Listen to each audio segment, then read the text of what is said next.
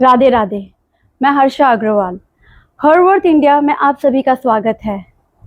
कहते हैं कि इंसान की असली पहचान तब नहीं होती जब वो कामयाबी के शिखर पर होता है, लेकिन तब होती है जब दुखों के राग से वो उठ खड़ा होता है। आज हमारे साथ एक ऐसी शख्सियत है जिनकी ज़िंदगी किसी फिल्मों की कहानी से कम नहीं। एक रॉयल फैमिली के ठाट बाट छोड़कर अपने प्यार के लिए भाग जाना, नई शादी, नए परिवार का दिल जीतना, और फिर आती है एक अंधेरी रात जहां वो अपनी 15 साल की बेटी को खो देती है किसी हादसे में। इस असहनीय दर्द के बाद भी वो टूटी नहीं। वह इस दुख के राग से उठ खड़ी हुई। 72 साल की उम्र में भी अनुशासन और ऊर्जा के ये मिसाल है। आई एम श्योर ये पीढ़ी के लिए भी एक प्रेरणा रहेंगी। आइए मिलते हैं हमारी आज की स्पेशल गेस्ट रेखा अशोक चोपड़ा से। मैम, आपका हर वर्थ इंडिया में बहुत बहुत स्वागत है। थैंक यू जी, थैंक यू। आज आप 72 साल की हो गई हैं जी 72 साल का तजुर्बा आज आप हमसे शेयर करने जा रही हैं। जी। How are you feeling? सच बोलूं तो मुझे बहुत अच्छा लग रहा है, क्योंकि एक मन के अंदर की जो भावना होती है आप हर किसी को बता नहीं सकते, या कोई हर पूछता भी नहीं है। आज आपने मेरे को पूछ के मेरे अंदर के जो दिलो दिमाग के दरवाजे जो बंद थे वो आज मैं खोल रही हूँ। तो मतलब आप ये मानती हैं कि एक इंसान के मन में, स्पेशली एक महिला के मन में, वो 4 दीवारियों के अंदर रहती है, वो बहुत सारी बातें मन में लेके रखती है। Of course. तब ये एक प्लेटफॉर्म है जहां हम उनकी बातें, हम चाह रहे हैं वो अपनी बातें शेयर करें और वो एक दूसरी महिला के लिए इंस्पिरेशन बने। तो ये प्लेटफॉर्म सही है। बिल्कुल सही है। एक रॉयल फैमिली को छोड़ करके आपने प्यार को अपनाया, जी। वो भी भाग करके। तो ये हिम्मत आपने कहाँ से लेके आए? सच बोलूं तो उस टाइम जो बचपना था, तो वो बचपने में हिम्मत नहीं होती है। एक क्या बोलते हैं, एक आकर्षण होता है जो मतलब पॉजिटिव अट्रैक्ट हो जाते हैं हम उनसे। बाकी उस टाइम कुछ सोचा नहीं था, पर हाँ दिल में कभी कभी जो औरत के साथ में जॉइंट फैमिली में थी, 50-60 लोग साथ में रहते थे, तो जो मेरी मम्मी या मेरी चाची सबके जो अंदर एक भावना दबी हुई होती थी ना, वो मैं देखती होती थी। बचपन से ही वो देख के आई थी, तो एक अंदर से तो विद्रोह था ही मेरे में। तो शायद वो मेरे को हिम्मत दिला गया उस टाइम कि हाँ कुछ तो करना है मुझे, तो कुछ नया ऐसा करूँ कि जो किसी ने नहीं किया। हाँ, जो किसी ने भी नहीं किया। तो आपने प्यार किया और घर से भाग गई। हाँ, प्यार तो हो गया, मगर मुझे ऐसा था कि मुझे सपोर्ट मिलेगा मेरे भाई का, तो क्योंकि मेरे हस्बैंड मेरे भाई के दोस्त होते थे, घर में आते जाते थे, तो ऐसा कोई अनजान व्यक्ति नहीं थे। तो मुझे ऐसा था कि मुझे सपोर्ट करेंगे, पर जो मैंने सोचा था ऐसा कुछ हुआ नहीं। तो इसलिए फिर मुझे ये हिम्मत करनी पड़ी, और हिम्मत भी इसलिए करी क्योंकि मेरे पापा मुझे बहुत प्यार करते थे। तो मैंने सोचा था कि मेरे पापा को मैं ये बात बताऊंगी, तो शायद कोई पेरेंट्स पहले तो नहीं मानता, मगर बच्चों की जीत के आगे मान भी जाते हैं। पर मेरी किस्मत में ऐसा लिखा था कि मेरा ये कुछ भी काम करने से पहले मेरे फादर ऑफ हो गए। तो अब जॉइंट फैमिली में जिनको मैंने सोचा था वो ही नहीं रहे, तो बाकी तो सब मेरे सामने की साइड वाले थे। कोई मेरे अपने जिनको कहूँ ऐसा कोई नहीं था जिसने उस टाइम। साथ नहीं दिया। तो इसलिए मुझे कदम उठाना पड़ा। हाँ, उठाया, तब मैंने कभी नहीं सोचा था कि बाद में क्या होगा। वो चीज़ मैंने सोची नहीं थी, क्योंकि वो एज भी नहीं थी मेरी सोचने वाली। तो उस टाइम मैंने जो कदम करा, तो उस बाद में मुझे फील हुआ, क्योंकि मैंने अपने प्यार के लिए अपने माँ बाप को भी मतलब छोड़ा। छोड़ दिया, उनकी इज्जत का भी दांव पे लग गई। आज जब सोचती हूँ तो मेरे को लगता है कि मैंने अच्छा नहीं किया, क्योंकि उन्होंने जो बचपन से मुझे पाल पोस के बड़ा किया था, उनके भी एक अरमान थे, एक सपना था, तो वो तो मैं पूरा नहीं कर पाई। मगर उनको जो दिल को धक्का लगा, वो उस टाइम मुझे एहसास नहीं हुआ।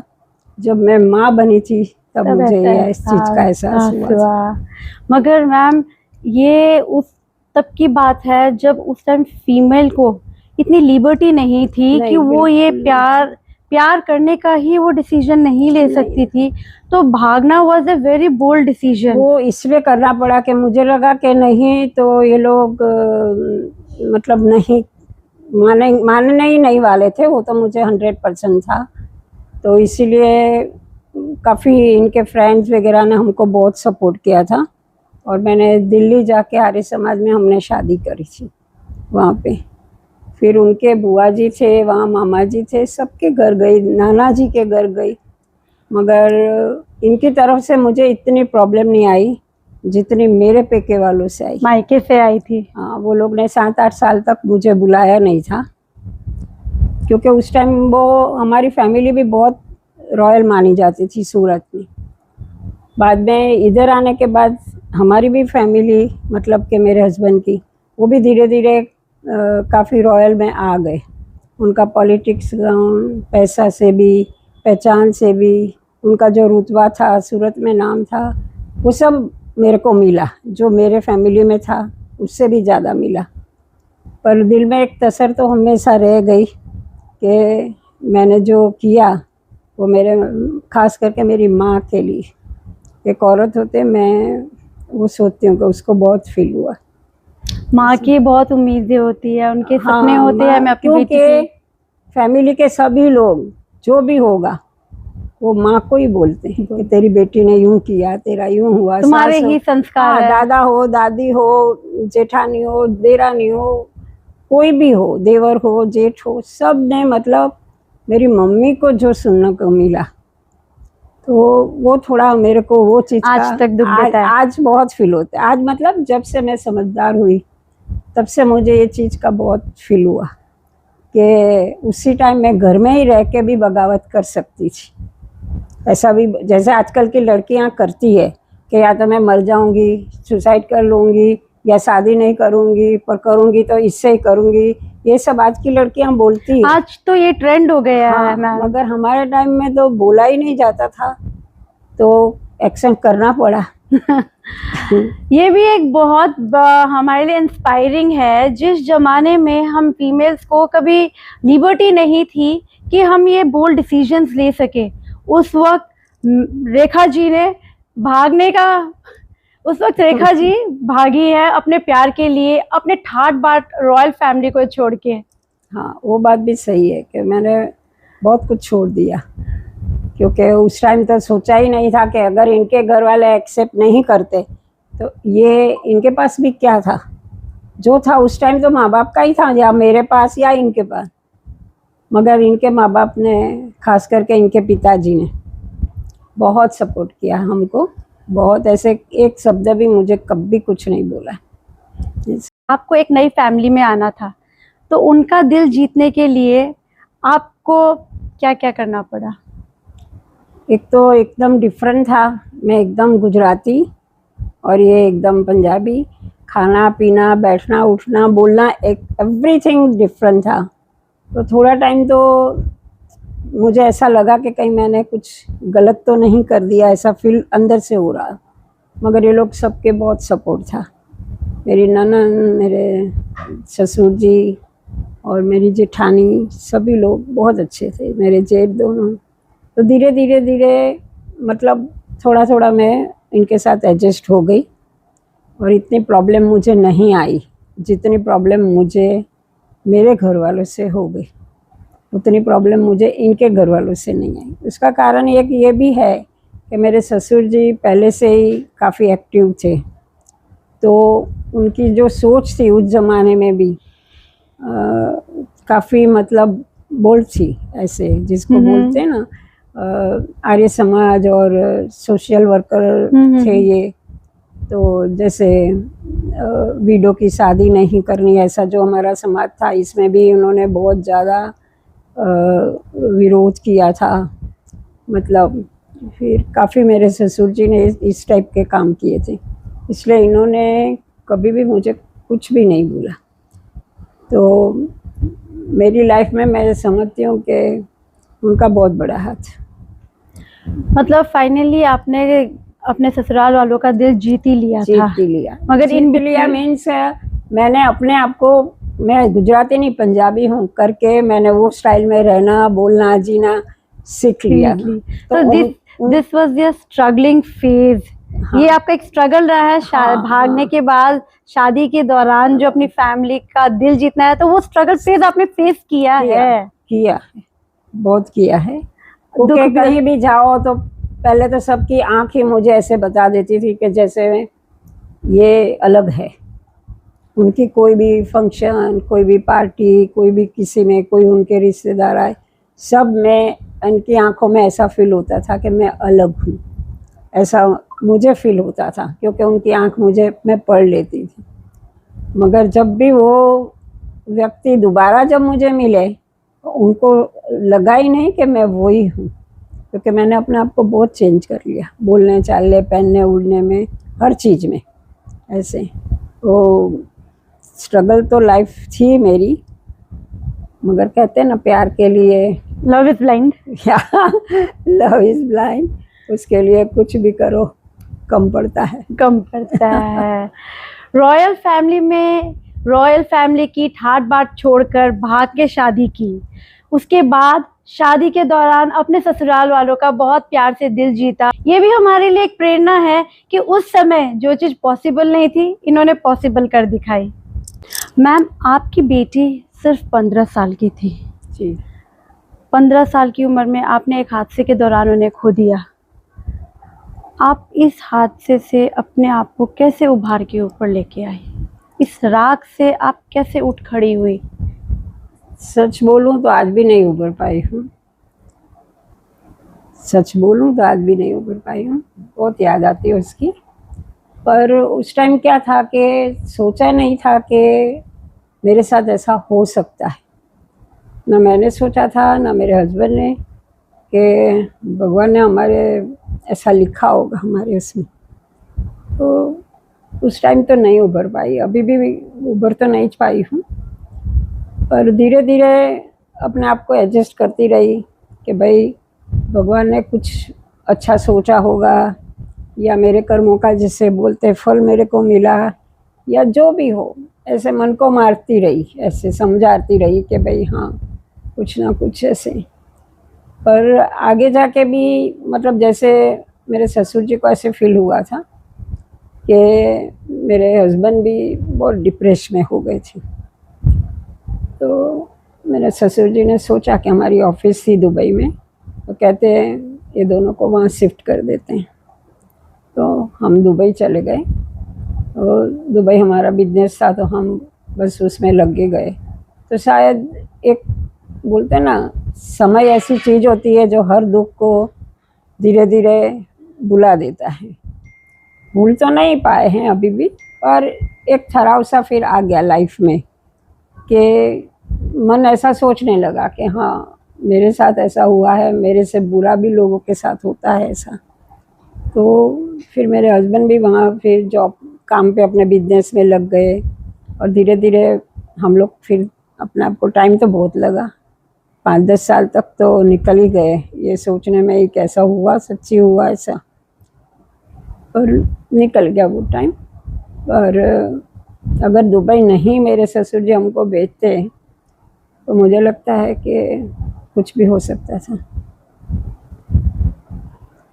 क्योंकि उस टाइम दिमाग में, घर में भी ऐसा होता था जैसे रात को वो चल रही है, हंस रही है, ऐसा फील होता था मुझे। तो उस सेम घर में मैं नहीं रह पाती। तब आपको दूसरे शहर में शिफ्ट होना पड़ा। एक जवान बेटी खोने का दुख एक माँ से ज़्यादा कौन समझ सकता है, और उसके बाद भी उस दुख के राख से उठ खड़े होने, ये एक बहुत बड़ी मिसाल है। मैम आप ये भी बताएं कि एक्चुअली हुआ क्या, वो कैसे इस हादसे के शिकार बने? एक्चुअली वो उसकी ना फ्रेंड बीमार थी, तो उसने मुझे बोला कि मम्मी मुझे आज संडे है, संडे था या कुछ छुट्टी थी, बोर्ड की एग्ज़ाम चल रही थी, तो कहते कि मुझे उसको मिलने जाना है। तो फिर मेरे हस्बैंड उस दिन बॉम्बे गए हुए थे, तो मुझे बोल के गए थे कि उसको अकेले मत भेजना, कि हमारी फैमिली थोड़ा रिजर्व टाइप की है, उसमें थोड़ी एक है। तो मैंने बोला कि ठीक है, और मेरे बड़े भाई का बेटा इनके साथ काम करता था इनकी ऑफिस में, तो दोनों को मैंने उसको बुला के दोनों को भेजा था कि तुम चले जाओ, घंटे में आ जाना। जब वो वापस आए तो अथवा गेट पे थोड़ा वो ऊंचाई वाला था, अभी तो फ्लैट होगा जहाँ अभी प्लेन रखा हुआ है, मगर पहले थोड़ा ऊंचा, ऐसे थोड़ा सा क्या बोलते हैं, डूंगर टाइप, डूम्स टाइप ऐसे था, एकदम डूम पर्वत टाइप था। तो इधर से ऐसे वो आ रही थी, सिलेंडर से भरा हुआ ट्रक, और वो इधर से आ रहे थे, वो 4 रास्ता पड़ता है वहाँ अथवा गेट पे। तो ये लोग निकल गए, उनको ऐसा था कि ट्रक तो चला गया, इसलिए वो लोग भी निकल रहे थे, मगर वो ऊंचाई के कारण सिलेंडर से भरा गैस वापस पीछे आ गया। तो वो पीछे आ गया, उसमें ये दोनों का ऑन द स्पॉट, मेरे भाई का बेटा भी गया, मेरी बेटी भी गई। मतलब उस हादसे में एक नहीं दो जाने गई, और दोनों जवान थे। दोनों जवान थे। बेटी आपकी हाँ, बेटी आपकी 15 साल की, और बेटा मतलब एक बेटा और बेटी आपने 2 खोए हैं। होने को कोई नहीं टाल सकता, लेकिन माँ का दुख वो आज भी गहरा है। फिर भी इससे रेखा जी उभर के निकली है उस राख के ढेर से। She is rising from the ash. आज 72 साल की उम्र में भी आप इतनी एनर्जेटिक है, तो आज की महिलाओं के लिए अनुशासन कितना ज़रूरी है?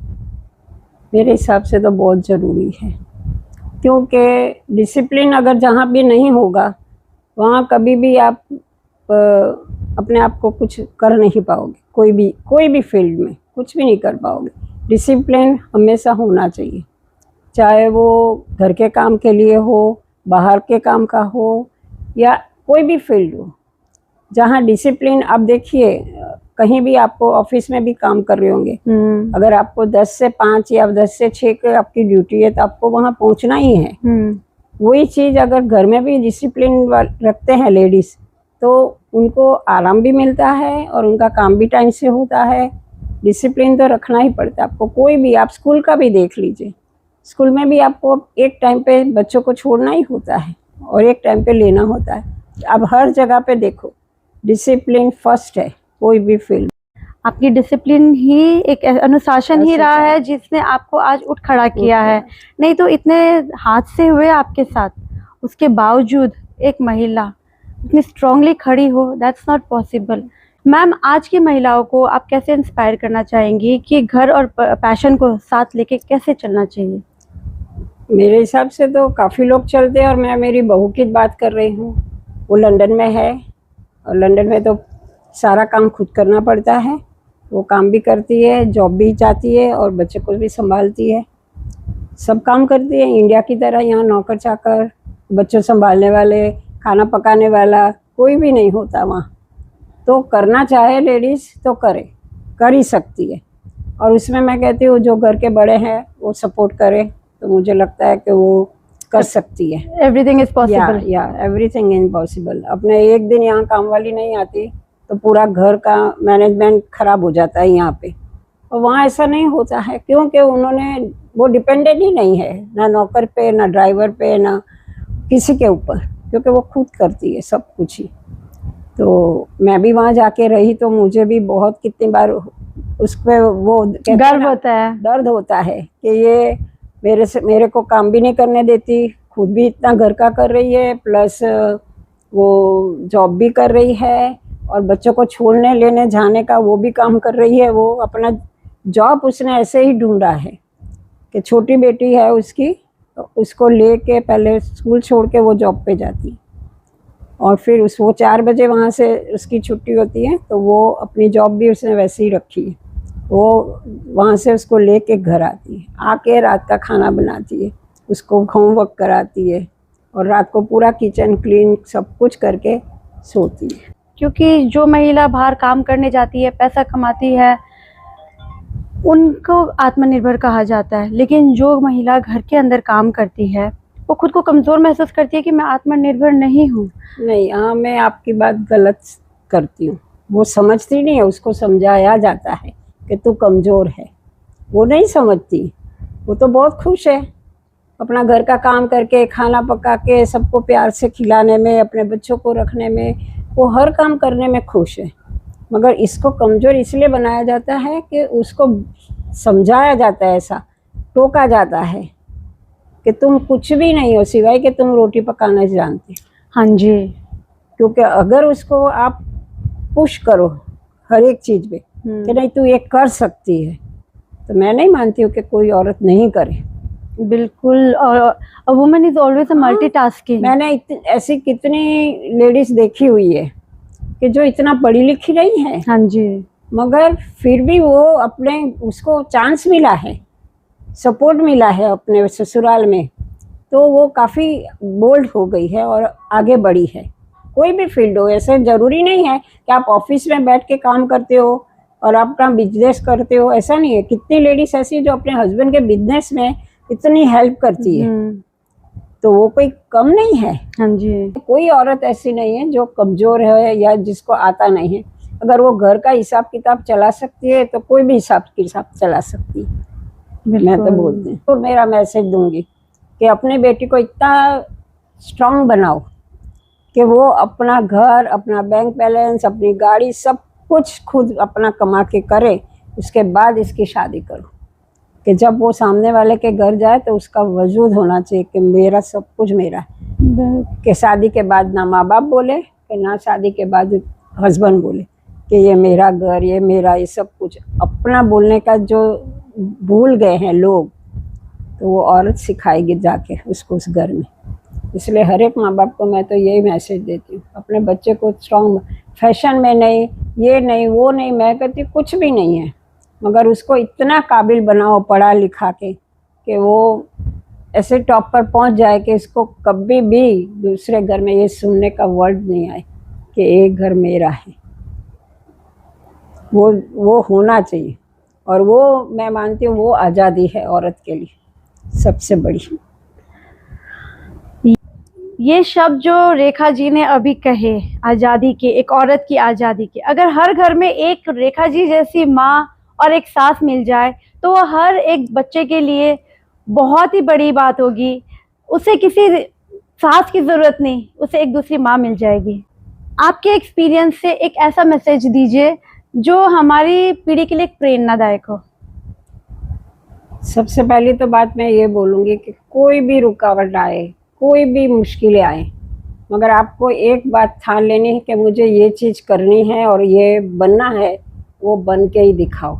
हार नहीं माननी है कोई भी चीज़ में। दूसरा कि आजकल फैमिलियाँ टूट रही है, मतलब अभी बहुत छोटी फैमिली हो गई, हस्बैंड वाइफ और बच्चे, बस ऐसे ही लोग जीने लग गए हैं बिकॉज ऑफ के बड़े लोग या तो समझते नहीं हैं या समझना नहीं चाहते हैं, या आज की पीढ़ी उनके साथ तालमेल नहीं बनाना चाहती। तो मैं वो मैसेज दूंगी कि बड़ों को भी ये चीज़ समझना पड़ेगा कि दुनिया बहुत आगे निकल गई है, तो आप वो पीछे के जो तुम्हारे विचार हैं कि औरत सिर्फ 4 दीवार में रहेगी, तो उसमें आपको बदलाव लाना पड़ेगा। और आज की लड़कियों को भी मैं बोलूँगी कि आपको भी पढ़ाई लिखाई और आगे बढ़ने के साथ साथ बड़ों की इज्जत और सम्मान करना, ये भी आपको करना चाहिए। शायद ये दोनों चीज़ हो जाने से मुझे लगता है काफ़ी फैमिली टूटने से भी बच जाएगी। और बाकी तो आजकल की लड़कियां पढ़ लिख के बहुत स्मार्ट बन गई है, तो उनको कुछ ऐसा बोलना नहीं पड़ेगा। जो दादी या माँ को ज़िंदगी जो गुजारी है वैसी तो अब कोई आजकल की लड़कियां गुजारने नहीं वाली है।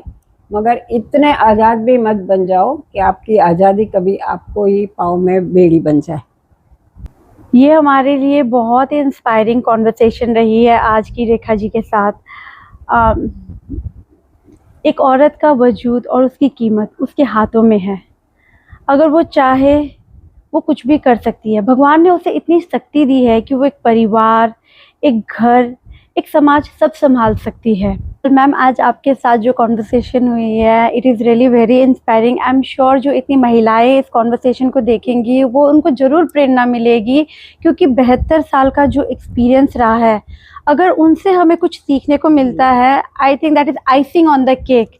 कि जिन तजुर्बा अगर हमें नॉलेज देता है, वी सीक नॉलेज, तो इससे अच्छी चीज़ कुछ नहीं है आज के ज़माने में। रियली थैंकफुल टू यू, आपने इतना समय दिया, अपनी जर्नी बताई। एक स्ट्रगल से लेके आपने अपने फैमिली को उठाया, खड़ा किया, and that is really very inspiring.